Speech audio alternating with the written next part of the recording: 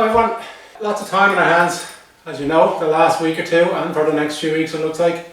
And going to recommend a bit of cycling reading for you. And it's great you're all getting into cycling and loving the cycling. It'd be great if you learned a bit of the history of cycling.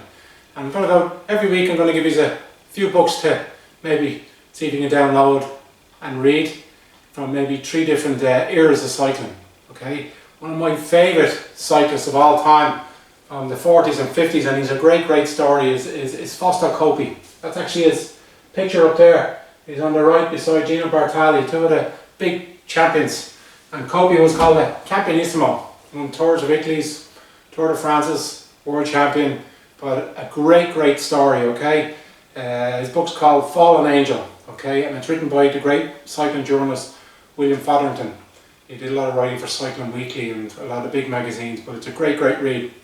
And it's a great history of Italy during and after the Second World War.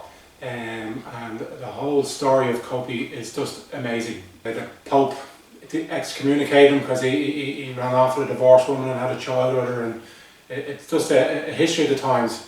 Great read. And it's kind of the 40s, 50s. Poor old Coppi died in 1960. He actually raced here in Ireland in 1960. And Michelle, my wife, her father Peter would have raced against Fausto Coppi. Moving into the 70s, late 60s and the 70s, the granddaddy of all cyclists, Eddy Merckx. They normally say Eddy Merckx was the best cyclist of all time, Fausto Coppi was the greatest of all time because of his actual story. But Merckx, whatever race you name, he won it. Okay, 5 times Tour de France winner, numerous Tours of Italy, numerous Tours of Spain, numerous World Championships, won every big classic. Fantastic read, a driven man. Still around these days and a very nice man. I've met him a couple of times over the years. My favourite cyclist, Bernardino, the Badger. Written again by William Fotherington.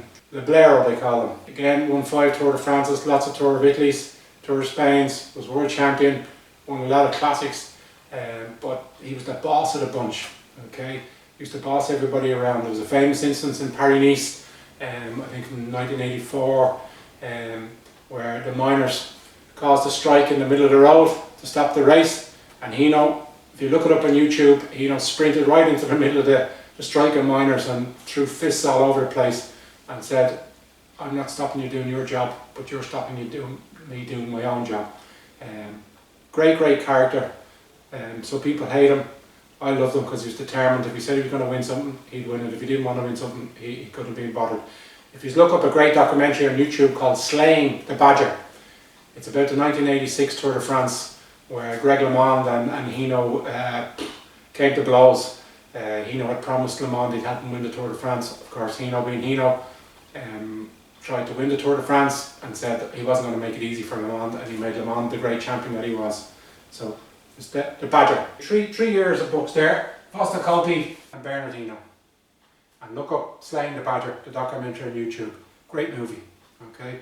And we'll give you some more books to read next week.